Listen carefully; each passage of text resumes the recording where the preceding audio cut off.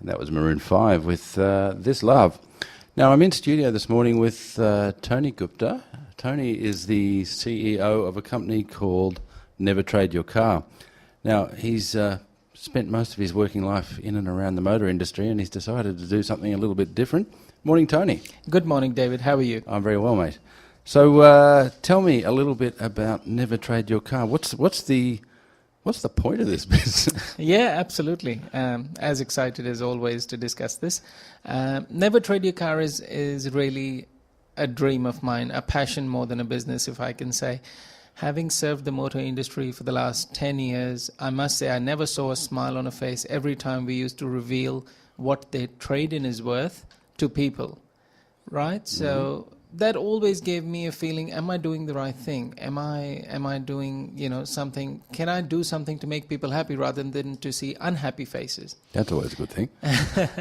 And that's exactly gave me, about 4.5 years ago, gave me the idea to start a service, which I'm doing now under the banner Never Trade Your Car, right, to assist people who would like the real value of their car when they are upgrading or getting rid of one, or if they don't want to sell it privately, they really don't have any choice. I mean, you either go and hand the keys over to the dealer, or you just do nothing. I recently traded a car myself, and I'm sure the price that the dealer gave me was not the most favourable price. But I was more interested in a quick transaction. No, absolutely, and that's exactly why people do it, because the beauty of all it is, it's a convenience. You go into the dealer, you don't have to get it cleaned, you don't have to get it photographed, you don't have to take calls from people, you just exchange keys, Spend come your home. Sunday mornings waiting around for people that never turn up. That's exactly right. And that's the whole... Yeah, absolutely. It's an inconvenience. I mean, selling a car privately is an inconvenience. However, because we've sold cars for a living for over 10 years, I guess we can do it a little bit more proficiently. And like anything else, it's if you're a pizza maker, making a pizza is your everyday job. But if I'm not a pizza maker and if I want to have a pizza, it's a big task for me. Sure. Similarly, selling a car privately for you is a hassle. For me, it's my bread and butter. So that's what we've done for 10 years. Okay. So we take the hassle out of people's life by selling the car privately from the comfort of their own home. That's exactly what Never Trade Your Car is.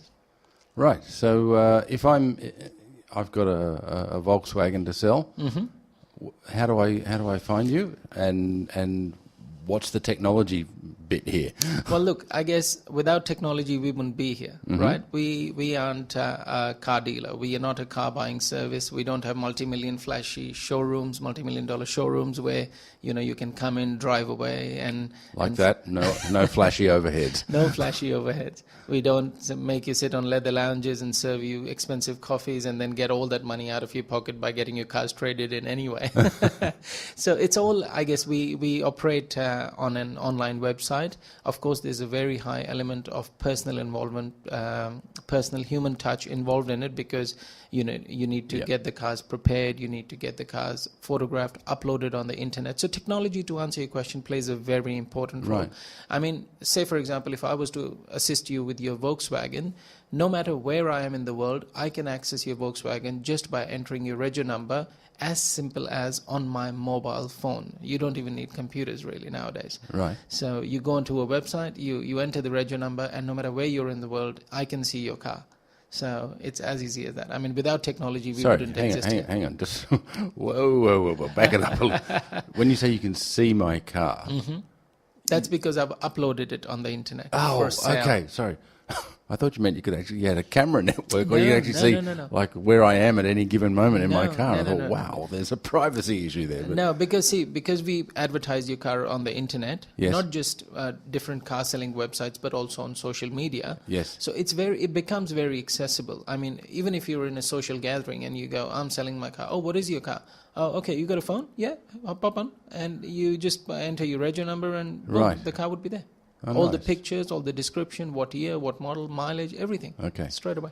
So if I'm a mug punter and I just want to go and get rid of my car. Yeah. The first thing I would think of is just put a listing on car sales or something like that. And that's just a whole hat full of headaches. Absolutely. I mean, that's exactly what it is. People think that to put an ad on the internet, look, it sounds tougher than it actually is. I mean, it's a big mountain to climb, really, because to take pictures of a car, to upload them on the internet, and then, believe it or not, people do actually try their luck by giving you a call. You call them time wasters, you call them tire kickers. You've advertised your car for 20. You'll be surprised you'll get calls for saying, I'll offer you 12, I'll offer you 13. And by the time you get 10 of those, you can imagine what your brain state would be like. So it's like if you've advertised your house for $500,000, who is going to call you and offer you 300,000 for that? Nobody. But in cars, it's different. People just take 50% of the asking price and give you an offer. Yeah, sure. I recently had a motorcycle for sale, and some guy rang up out of the blue, and in fact, he didn't even ring. He emailed and just said, what's the lowest price you'd take for it? And I just said, go away. Go away, yeah.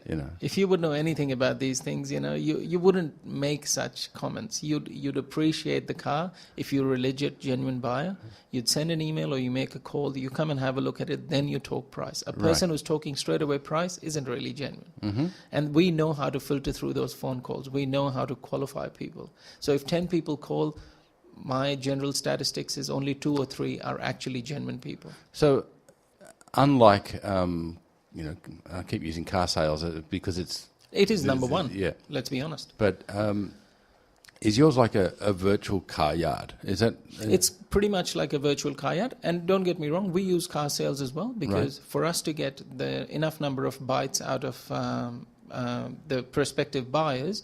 I mean, our website is just launched. As you know, we are about 4 months old business, which has gone full time. Right. Then for us to sell cars on behalf of our clients, we need people to have a look at cars. And for people to have a look at cars, they need to see on... It's a big catchment area. It's a big catchment area. Yeah. So exactly that way, we advertise not just on car sales, on other websites as well, including, as you were just discussing a little while ago, if I heard you right, Facebook. Yes.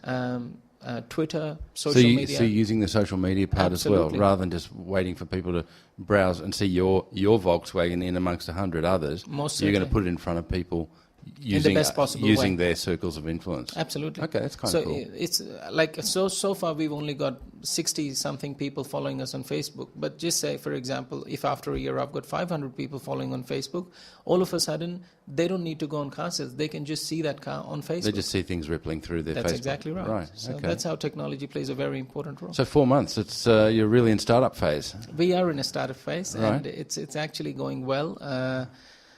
I must say, we've got about 17, 18 clients that we are assisting at the moment, 7 that we've already assisted, who are very happy. And how the results with those?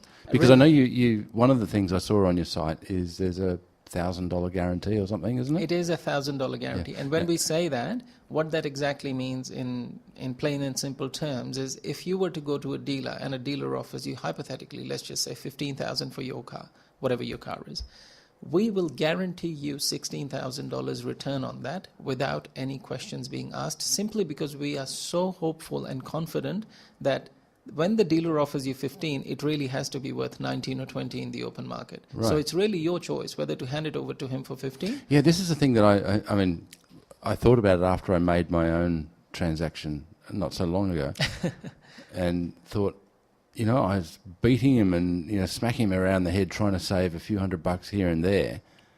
And if you look at the overall deal on changeover price, then you've got to factor in what your trade is worth. That's correct. And you could be smacking the dealer around for nothing, for $500 there, and all he does is add it straight back on, or knock it off onto the new car. Yeah, that's right. I mean, just to give you a very simple example, how many people would you know who use Coles and Woolworths fuel 4 cents fuel saving voucher? Let's right? Guilty. Exactly. I do it too, right? Yeah. But nobody ever thinks that for you to save $1,000 doing that exercise, it'll get you to buy 25,000 liters of fuel for you to save $1,000. So here you are. And 25,000 litres of fuel would last you a few years. I don't know, more than 5 years, I would say. Yeah. So if you were running around on one end chasing those Coles and Woolworths vouchers to save 4 cents on fuel, on the other hand, you change your cars every 3 years and you let $4,000 to $5,000 go into the hands of trading, and you're never going to catch up. Yeah, of course. You're never going to catch up. So we talked a bit there about the sort of service that you're providing. What we didn't really sort of flesh out was actually how somebody engages you and you know what sort of results they can expect. Sure, There's the guarantee, but how does it all happen? yeah. How do we make it go? It's fairly simple. I guess simple for me because I'm so used to doing it, but maybe not so simple for people who are using my services. So how it works is you've been to a dealer, you know what you want. It's time for you to upgrade your car or get rid of it in one way or the other because you've got one too many. That's fine. Once you've got an understanding of what the dealer land is offering you for the vehicle as a trade-in, then you know that everybody knows that the dealers don't offer because that's fine. They're running a They're business. just running a wholesale price, aren't That's they? exactly right. They don't really. They're not looking to resell your car anyway. They're just going to bring it in. And then sell it into the wholesale network and let somebody else worry about it. That's it. Or unless it's a really a good car unless, for them to unless retail it's a bit it special as a used car. So what we do is then once you give us a call, then we come over to you. It's a doorstep service, so we come over to you. We look at the car. If it needs a good clean, we take it to a car wash or a car detail, and depending on the state the car is in, we get either one of the jobs done. Mm-hmm. Then we take it to a nice location. We take professional pictures of the vehicle, 15, 20 pictures of the vehicle that gives us enough scope for the vehicle to be advertised all over the internet. Mm-hmm. We then use, of course, technology to upload it on the internet, as mentioned before, on various websites, social media, to make it as accessible to public as possible.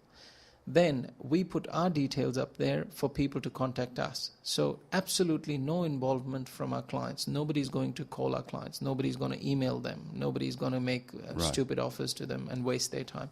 We will be doing all that. And that's how we screen the serious buyers from the time wasters and the tire kickers. Mm-hmm. So if we have to take 20 calls and if we have to do 3 inspections before the car gets sold, it's all done by us. Right. The car does not leave your hand. You don't lose the possession of the vehicle till the moment you actually see the money in your hand. So we're not a consignment-based selling. It's all from the comfort of your own home. So I still have the convenience of the car to use it. Till the minute it's sold. So it's as good as doing a private sale without actually Without doing it. actually doing it. That's exactly right. Well, that sounds good.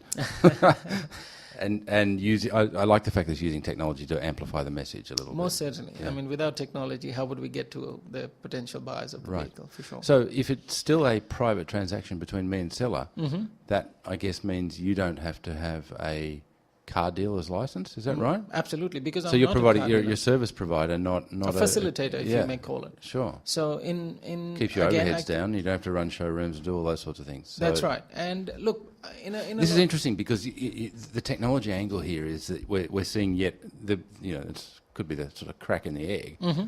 There's another industry that's being sort of disrupted by the internet because if you look at there's travel agency and there was music and Same thing. TV. They all started out small. Yes. And now, do you think of any other way to get movies or music other than via the internet? When was the last time you walked into a music store? That's exactly right. It Sad was as all that is. downloaded. Yeah. So similarly, And maybe this is the beginning of something from a technology angle that this is the way we sell cars now. I hope so. It's going that way. Most certainly, it's going that way. You've been getting a bit of media with this lately, that's for sure. Well, look, I guess it is a concept of its own kind. Nobody in the entire Australian automotive industry has ever done this. It does take a lot of effort.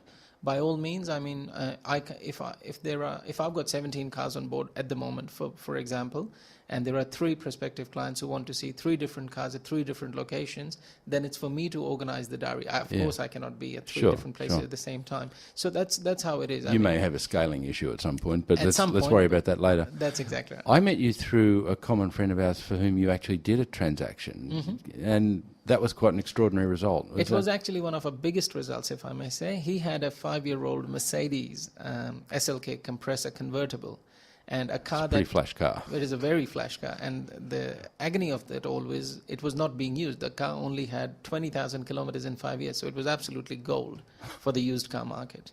And he went to the dealer, and as usual, the same exercise, the dealers offered him $30,000. Again, through our networking events, he got a hold of us.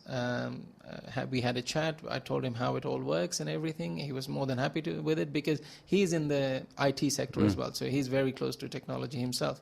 And he's like, man, if you leave it up to me, I wouldn't even be able to put it up on the internet, let alone take inquiries, because I'm so swamped in my own business. That's the issue. It's not that he's technologically challenged. No, he's he's absolutely not. He's time challenged. Yeah, and I think that's the problem. probably that your big market is that those who are time challenged or simply can't be bothered. Yeah, absolutely. Yeah. And look, you don't have to be a businessman to be time challenged. You could be a housewife. You could be a mum. You could be anyone. I don't know a mum who's not time challenged.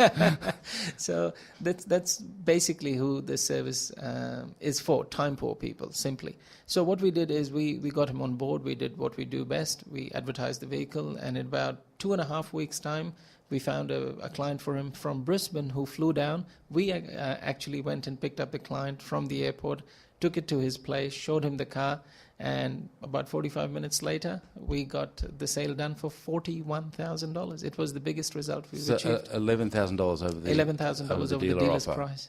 How would you quantify that? I think now would be a good time to tell people how they can find you.